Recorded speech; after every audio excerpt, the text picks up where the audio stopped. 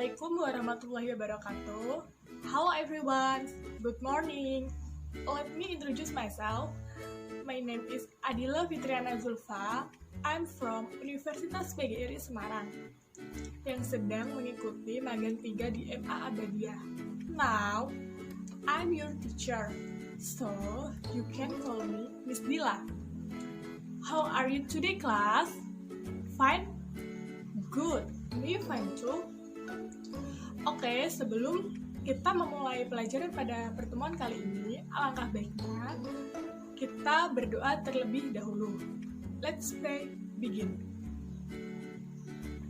Finish.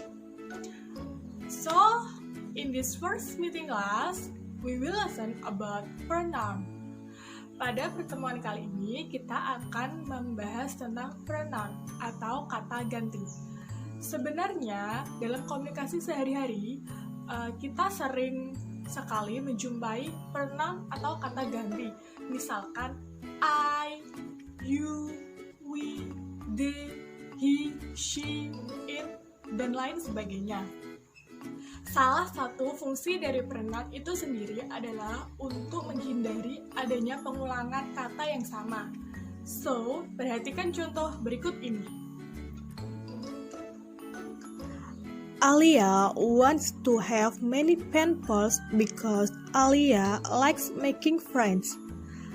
Alia's pen pals come from many parts of the world. Caroline introduced Alia to Hannah. Now, Hannah becomes Alia pen pals. Hannah likes Alia a lot. Dalam paragraf tersebut, kata Alia diulang berkali-kali, sehingga membuat kalimatnya tidak efektif atau bahkan tidak menarik. Sehingga kata Alia di sini bisa diganti dengan kata yang lain sesuai dengan fungsinya. Nah, jadinya seperti ini. Alia wants to have many pen pals because she likes making friends. Her pen pals come from many parts of the world. Caroline introduced her to Hannah. Now, Hannah becomes Alia pen pals. Hannah likes her a lot. Nah, sekarang kalimatnya jadi lebih efektif bukan? Dan lebih menarik tentunya. So, let's start to discuss about pronoun.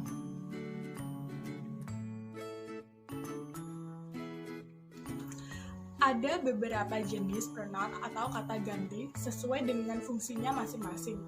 Pronoun atau kata ganti dalam bahasa Inggris itu bisa berubah-ubah sesuai dengan kedudukannya dalam kalimat tersebut. So, perhatikan tabel berikut ini.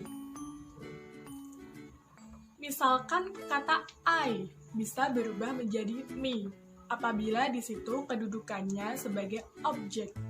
Bisa juga berubah menjadi my apabila menyatakan suatu kepemilikan atau possessive adjective. Now, let's discuss it one by one. Let's go. Yang pertama yaitu subjective pronoun atau kata ganti yang berfungsi sebagai subjek dalam kalimat, yaitu I, you, we, they, he, she, it. Kita biasanya menggunakan setiap hari dalam percakapan bahasa Inggris. Sudah tahu kan artinya? I, saya, you, kamu, we, kita, they, mereka, he, dia laki-laki, she, dia perempuan, dan it menggantikan kata benda. Bisa diartikan ini atau itu. Example, misalkan, I have 3 cats. Saya mempunyai 3 kucing. Jadi kata I di sini kedudukannya sebagai subjek atau yang melakukan sesuatu. Lalu misalkan lagi they need attention. Mereka membutuhkan perhatian. Nah, jadi mereka atau they di sini fungsinya sebagai subjek atau yang melakukan sesuatu. Yang kedua yaitu objective pronoun atau kata ganti yang fungsinya sebagai objek di dalam kalimat. Nah, di sini sudah berubah. Misalkan I itu berubah menjadi me apabila fungsinya sebagai objek. They menjadi them she menjadi her, dan seterusnya. Example, I know Caroline, she introduced me to you via email. Jadi di sini artinya, saya tahu Caroline, dia memperkenalkanku atau memperkenalkan saya kepadamu melalui email. Nah, ku atau saya di sini itu sebagai objek. Jadi kita tidak bisa menyatakan she introduced I, tidak bisa.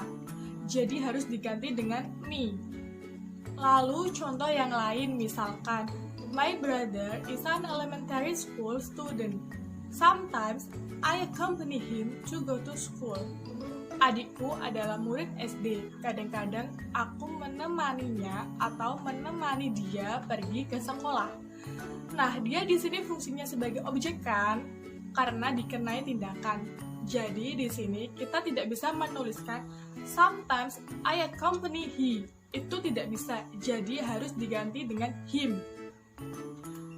Lalu next yaitu yang ketiga, ada possessive adjective. Possessive adjective yaitu kata ganti yang fungsinya menyatakan kepemilikan. Possessive adjective ini harus diikuti bendanya. Misalkan kalau I itu berubah menjadi my. Contohnya bukuku berarti my book. Bukumu, your book. Bukunya laki-laki, his book. Bukunya perempuan, her book. Dan seterusnya. For example, I have a pen pal. My pen pal is very kind. Saya mempunyai seorang sahabat pena. Sahabat pena saya sangat baik. Jadi, my ini harus diikuti oleh bendanya atau yang dimaksudkan yang dimiliki itu apa? Nah, di sini pen pal. Contoh yang lain misalkan, you have 3 cats. Your cats need a lot of attention. Kamu mempunyai 3 kucing. Kucing-kucingmu harus diikuti dengan cats-nya. Kucing-kucingmu membutuhkan perhatian yang lebih atau banyak.